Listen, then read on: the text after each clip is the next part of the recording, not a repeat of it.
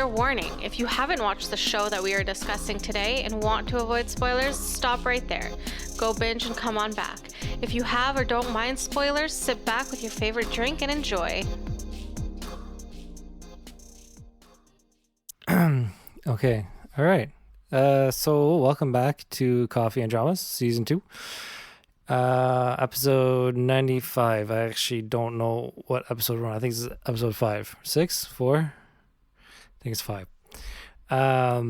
Today it's gonna be me. Unfortunately, sorry guys. Nadia is not here to grace us with her presence. Today we'll go. First of all, hopefully everyone's doing all right. If you're listening to this wherever you are in the world, hopefully you're staying safe. Hopefully COVID restrictions are lifting. Hopefully everybody's healthy. It's a shitty time we're in right now, so we're always wishing for the best. Here in where we are in Canada, it's really hot, which I love. Plus 30 degree weather, plus 40 degree weather. I love it. I love when it's suffocatingly hot. Nadia doesn't like it. So hopefully everyone's good. Hope you guys had a good week. Hopefully you guys checked out last week's episode with May from Chocolata. She's very insightful. She's got a lot of experience, not just personal experience, but helping others, myself and Nadia included, through different situations and traumas that we've experienced in life. So it's obviously for certain things you want to get a professional's point of view, but knowing that other people, getting insight from other people going through similar things that you are, or it helps to know you're not alone, you know. Sometimes you don't want to talk to a professional, and that's all right. Talk to us, talk to whoever's you're closest to. It's always good to talk about it, you know.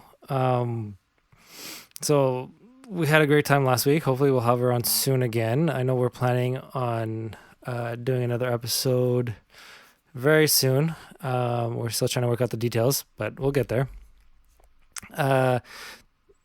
Sorry, I'm a little nervous. Nadia's not here to keep me in check, so I apologize if I stutter a lot. Today we're going to be talking about another one of my favorite shows, called Fight for My Way, and this is with my all-time favorite Park Seo-joon, with one of my favorites, Kim Ji-won, who Nadia calls a chameleon. Also in this show is An Jae-hong. He's been in a couple other things that I've watched. And then Song Hae-yoon, who is in a new show recently called Please Don't Date Him. I think that's what it's called. And then briefly we have Choi Woo-shik, who, even if you don't watch K-dramas and you're listening to this, he is from Parasite. He's one of the main characters in Parasite, who did a fantastic job in that. And he's just a phenomenal actor overall. And also we have Lee Elijah, who plays the ex-girlfriend that comes back into Park Seo-joon's life in this. You have noticeable cameos in this as well, which is great. So if you watch the show, please pay attention. I won't go through them, but one of them, which I just realized I didn't even realize. Wow, what? Kwak Dong-young from Vincenzo was in this. Oh, okay, now I gotta rewatch it again for the millionth time. So this show is awesome. All right. So overall, it's great. I highly recommend it, whether you watch K-dramas or not. I highly, highly recommend it. The show is really just about people in their 20s who have lost their way You know what I mean? They thought their life was gonna go one way and it just went the other way. And we all, you know, a lot of people, myself included, you know, we go through this quite often. You know, you're always, you know, after high school, you're like, yeah, I'm gonna do this, I'm gonna do that, I wanna be this, you know, I wanna do that, and it's like that you don't always end up doing what you want to do. Um, so it's this show's really relatable in that sense where Park Seo-joon, who plays Dong Man, and Kim Ji-won, who plays Era, both of them grew up together as kids, grew up, went to school, and then after high school and college, they end up, you know, living as neighbors, but not where they expected themselves to be. She wanted to be an announcer for, you know, television announcer, and he wanted to be. He loved taekwondo. He was a taekwondo national champion, and because of a certain situation with rigging a match, because some loser didn't want to lose, paid him off, and he ended up throwing the match, right? And it ended up ruining his career and ruining his reputation. So they didn't end up going the path that they wanted to, right? And it's the path that they're chosen to go down, as you can see by the end of the show that it was the path that they were supposed to go down, but different obstructions and obstacles are in the way. And that's what life is, right? You're thrown into the adult world, and you just have to figure it out as you go. And you're gonna come up with a bunch of different situations. You're gonna come into a bunch of different situations that sometimes you just don't know what to do. Sometimes you want to just give up and just curl up into a ball and just cry in a corner. Sometimes you get frustrated and angry, you know, and that's normal. Don't think otherwise, because that's something that a lot of people go through. And sometimes you know, and as much as it sucks to say, like you have to go through it, right? Before you can get to where you want to be, you have to struggle a bit to understand what it is that you're to not only to understand, but to be more grateful for what it is that you're going to achieve. And when you achieve it, right, you'll be a lot more, you'll be a lot more humble in that sense. And these two characters struggle through that in a way that they find themselves eventually, right? They struggle, jobs here, jobs there, dead end jobs. You know, Ae-ra is always being blocked by Dongman's ex-girlfriend, who is trying to get back into his life, and Ae-ra's not having any of that. No one's having any of that. No one needs that toxic energy in their lives. And we'll get to that a little later, and we'll talk about the toxic relationships, especially when you just can't pull yourself out of that. But so I apologize if I keep rambling on, because Natty is not here to stop me, and she's just been a little sick lately because of certain reasons. We'll talk about that in another episode. So these two characters, these two people, like these are still people, and these in the shows, these are just people just like you and I, right? You and us.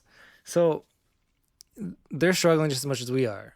All right. If you're not struggling, that's great. I'm happy for you. I'm proud of you. You know, if you're not struggling, if you are struggling, I'm here for you. And if you need to talk about it, by all means, hit me up. Natty and I are always ready to help. You know, we're always ready to talk. We're always ready. We're always we know what it's like. Excuse me. So if we can't give you advice, we will try our best to find you what it is that you need, right? But what I like about the show is that it shows these two characters. Okay, these two characters struggle, but when they find themselves, when they find what it is that they want, what it is that they've been wanting, what it is that they need in their lives, is that they go for it. And it has a great example is that she keeps getting knocked down every single time, till she finds something that she actually is, that she's no longer blocked from, right? And she seizes that opportunity. And that's the great thing, is that she sees the opportunity in front of her. So when you get into a situation where you have an opportunity to do something that you want to do not hesitate, because when you hesitate, you're gonna lose the grip, right? There's that Greek god of opportunity where he's running backwards, if I remember correctly, and his hair is flown this way to the front for you to grab a hold of it. So if you can grab a hold of it, you just grab the hold of the opportunity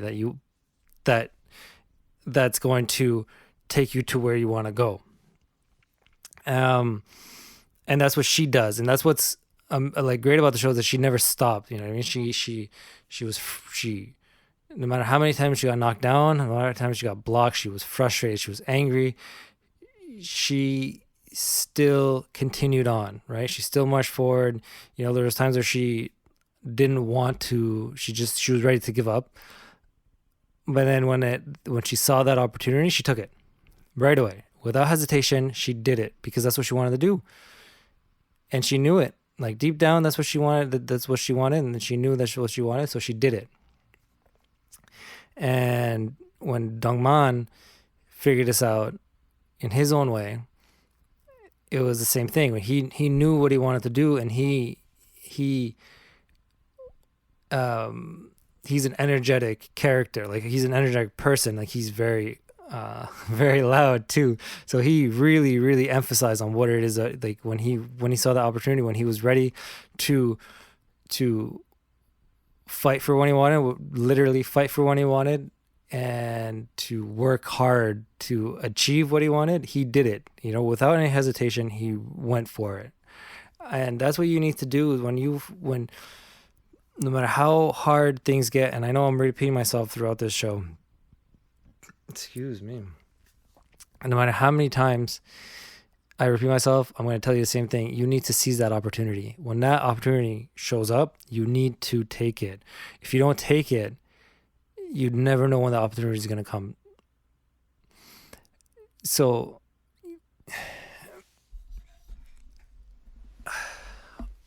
this show portrays that, right? So you see what they're doing, and don't take it as if it's just it's just a K-drama, it's just a television show, it's not real. No, it's the essence of these shows. The themes of these shows are real. Like these are real life themes, right? It's not stuff that is just, how do I say this?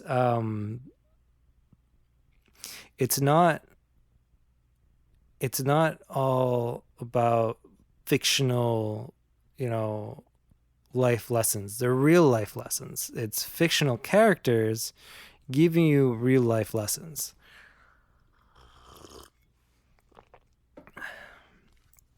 So don't think it's just a television show, there's nothing to it. No, there's so much to it. There's so much. The writers of these shows, of these stories, of movies, they're trying to project these feelings, these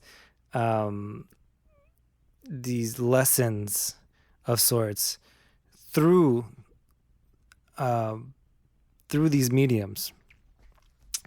Another thing for the show, bring this closer 1 second, there we go, is like we'll get to Dongman's ex-girlfriend, Heran. She is the most toxic type of relationship that you'll be in. Okay, I won't say the most toxic. She is a toxic, one type of toxic relationship, one type of toxic person that'll be in a relationship. Okay, so throughout the show, Dongman, you see from past to present, right, their relationships together. And so Dongman first dates head on when they're, I think, in their late teens to early 20s. I think no, late teens. I can't pinpoint it. So they start dating, and then she breaks up with him for another guy. And then she breaks up with that guy and she runs back to him. And of course, being the, he was in love, like he was puppy dog in love with her beforehand. So when she came back, he was obviously gonna accept her with open arms. And then she breaks up with him and then goes to another guy and breaks up with that guy and goes back to him, right? And that's what she kept doing until she got married, and where she was going to leave her fiance, didn't want to get married for him, but the way that you see it as the audience, she's not going to do that. And thankfully, Ae-ra stopped her from seeing Dongman that day. So years later, after she gets divorced from her rich husband, she ends up trying to get back with Dongman again. And see, that's like, that's not the type of relationship that you want to have with somebody, where they're always leaving you and come back. That's not a relationship. That's an extended booty call. Like, it's friends with benefits at that point. It's not even, it's emotionally draining. It's not healthy for anybody. For you, for Dongman, for the people around him. If you're in this type of relationship, it's not healthy at all. Like, you need to understand that what you need in your life is not someone that's going to consistently use you as pretty much a backup or a rebound, right? And that's what they finally, like, Dongman finally realizes when he starts to really see Ae-ra as a girl, as a woman, because he always, in his head, she was always just his friend, his best friend. But he always took care of her, and then he finally realizes it, and like, his love for her finally comes out, and their love blossoms, right? And the ex-girlfriend head on still tries to intervene, and she keeps saying, oh, he's gonna come back to me. Well, the problem with that is that he's in love with somebody, has been in love with somebody, hasn't realized that he was in love with somebody for that long. He's not gonna go back to that toxic, negative relationship. He's going to be with the person that he loves, with that positive energy, someone that actually cares about him, right? And is not going to leave him for another guy. You know what I mean? Like, so there's a lot of different types of relationships like this. And it's not always, it's not always just someone using you for like a rebound or a backup. It could be someone, excessively going, I'm being a little excessive, but someone who abuses you, not just physically, but emotionally and verbally. And that strains you mentally, that strains your mental health. Your mental stability starts to crack. So you have to see the signs for these for these things, and it's really hard, especially when you're in a relationship like this. You don't see it from your perspective. And when someone from outside, you know what I mean? If a friend or a family member sees this, of course you're going to deny it, right? Because of your feelings and your emotional attachment to that person. But you have to, and I know it's hard and it's not something that like just happens overnight. You have to be objective in these type of situations. If someone is constantly calling you names like, why do you always look fat? Oh, you need to lose weight. Or someone who's constantly like hitting you, and it's not just like a tap, but like actually hitting you to the point where it's starting to hurt. Or, you know, always not giving you the emotional support that you need, right? So, example, if you're trying to start a business, you know, you think of a great idea and you want to start a business and you want to do it, and they're just like, no, you can't do it. You're not good enough. Do you think you're going to make money? You know what I mean? That type of shit. That's those little things that you have to pay attention to. It's the little things, okay? Not just the big events, not just after he punches you in the face, or if she fucking like, you know, cheats on you with another guy.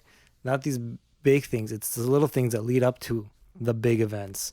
And it's the little things, if you can really notice, and it's the fucking hardest thing to do, is notice these little things. It'll prevent the bigger events, to get you out of there before these bigger events happen, you know? And I'm not saying it's easy. It's not. It's far beyond that. But you need to step away emotionally and mentally, and sometimes you physically need to remove yourself from certain situations, and you have to see it from an objective point of view.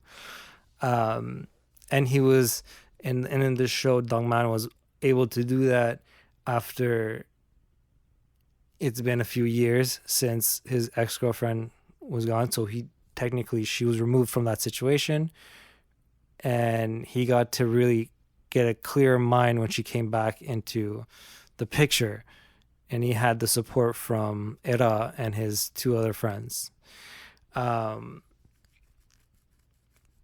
Yeah, wow, sorry. I'm really going on a rant there. My apologies. I love my wife. And I don't, knowing the things that she's been through and knowing things that people that I've known have been through, I want you, if you're ever in this situation, to realize these things and see it, right? And listen to those around you, because the people around you see it from an outside perspective, right? They don't see it when you two are alone, and sometimes your partner is nice with you, but a lot of the other times they're not, right? And if someone notices these, like, that your partner is not so nice in public with other people, there might be something wrong there. You might want to question that a bit, because you know what I mean? Like, any decent person would be polite, at least in public, right? But if they're not even going to be polite in public, there's something wrong there. Anyway, so that's yeah.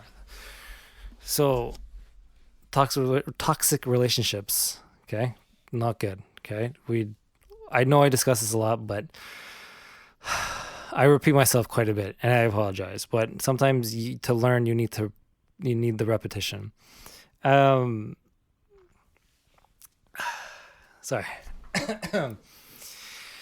Another great thing about the show is, like, they tell you, not tell you, my God, the characters express themselves, right? They really try and express who they are, and that's what you want to do in your life, in real life, right? Everyday life. Express who you are. It doesn't matter what society thinks. It doesn't matter what anybody thinks. It's who you are. Express yourself the way you want to express yourself, right?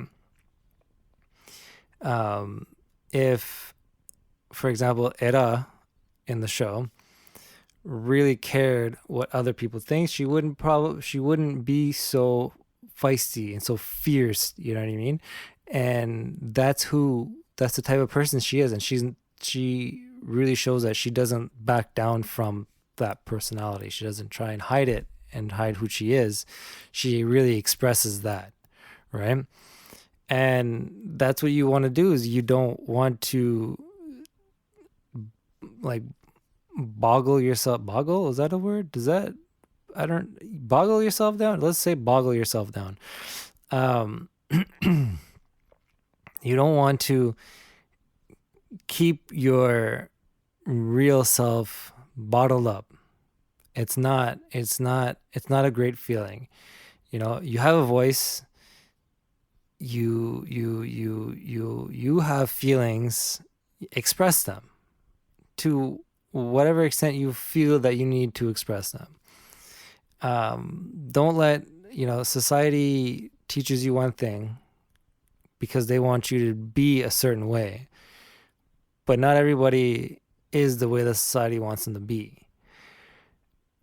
And you really need to understand that you have to do what you feel is best for yourself, okay? Nobody else, for yourself, right? No one needs to hurt themselves. Be who you are, love yourself, love everybody. That's the way it should be.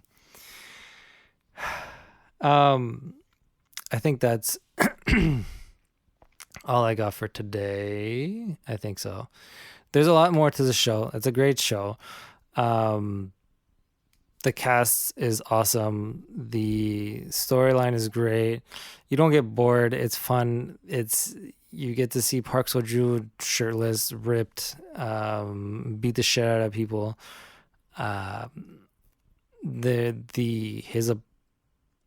The guy, his rival, his opponent is a piece of shit, and spoiler warning, when he fights him in the end, he beats the shit out of him. It's fucking awesome. You feel good. I know it's bad to say, but you feel good about it just because that guy needs a fucking beating. But yeah, definitely check it out. I think that's it for today. I'll move on to what's poppin'. So if you haven't heard, and I'm really excited about it, we're going to talk about 3 different songs today, but the first song is, because I'm really excited about it, is EXO's comeback, Don't Fight the Feeling. Man, this song, it's so different from their usual, but what I love about this is that Lay is back. Finally. I know he's been doing his own stuff. He's been working on a producer show in China. With Jackson Wang. And it's funny because I was just watching his C drama, The Golden Eyes. You guys should watch that too. Really good. Really, really good. Anyway, so Don't Fight the Feeling. Finally, their comeback. They're only missing Suo and Chen. The rest of the squad is there, which is fantastic. You get to see you get all of them in this, which is great because you get their usual. Everybody has a different voice in this in EXO. Everybody, you are very unique with their voices, so you can pinpoint who's singing when. And then you have Chanyeol and Seon rapping, which is awesome, which I think they should do a rap album, but that's just my opinion, with Kai, but that's my opinion. I feel like their next comeback will probably be next year I think it's their 10th anniversary next year. I think. Let me, I'll look it up right now. One sec. Ha, they debuted April 8th, 2012. Okay. So next year is their 10th anniversary. That's going to be sick. Okay. So EXO's Don't Fight the Feeling. Check it out on Spotify. Sick. Same with the rest of the friggin' album. It's an EP, so it's 6 songs and they're all fantastic.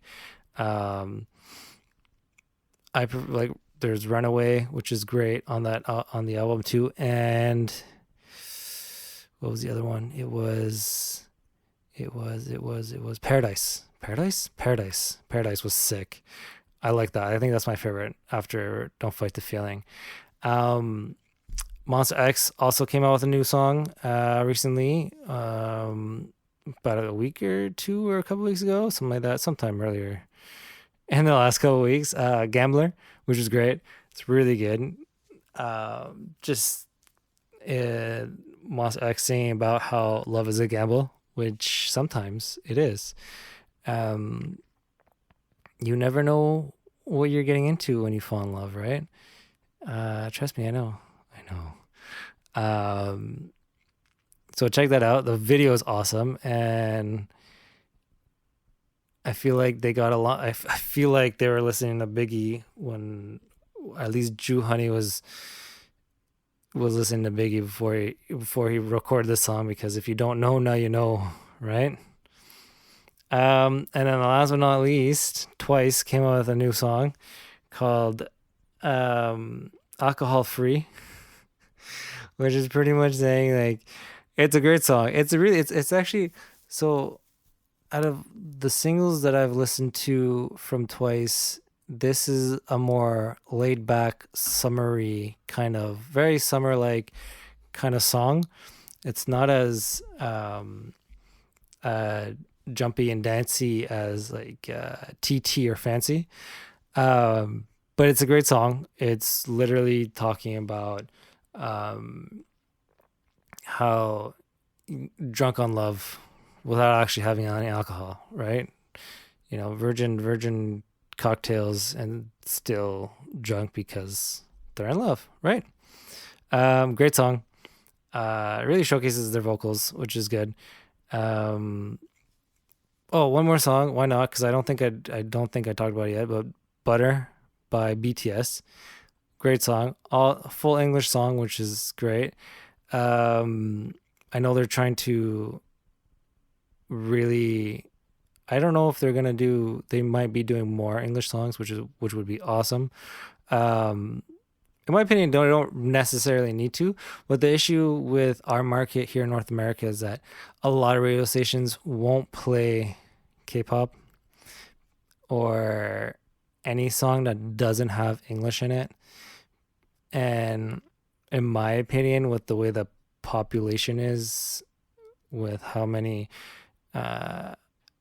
Arabs, North Africans, Haitians, Mexicans, Chinese, Japanese, Koreans in the country and in like North America, you would think there'd be a little bit more diversity in the language of the songs on the radio, right? So, this is like, the song is great, smooth like butter, right? Why not? They are smooth like butter. But I think it's great that they're trying to really appeal to the North American audience and like a worldwide audience. But in my opinion, it doesn't really. Their music is amazing either way, Korean or not. It's great. And like, I'm grateful for them to be singing in English, because then you can sing along to it if you don't know Korean. I know a little bit, but not enough to sing a full song. So that's I think that's it for today. Join us next week. Have a great weekend. Catch last week's episode with May from Chocolata. It's very insightful. Check it out, and we'll see you next time, and hopefully Natty will be with us next week. So take care. Peace.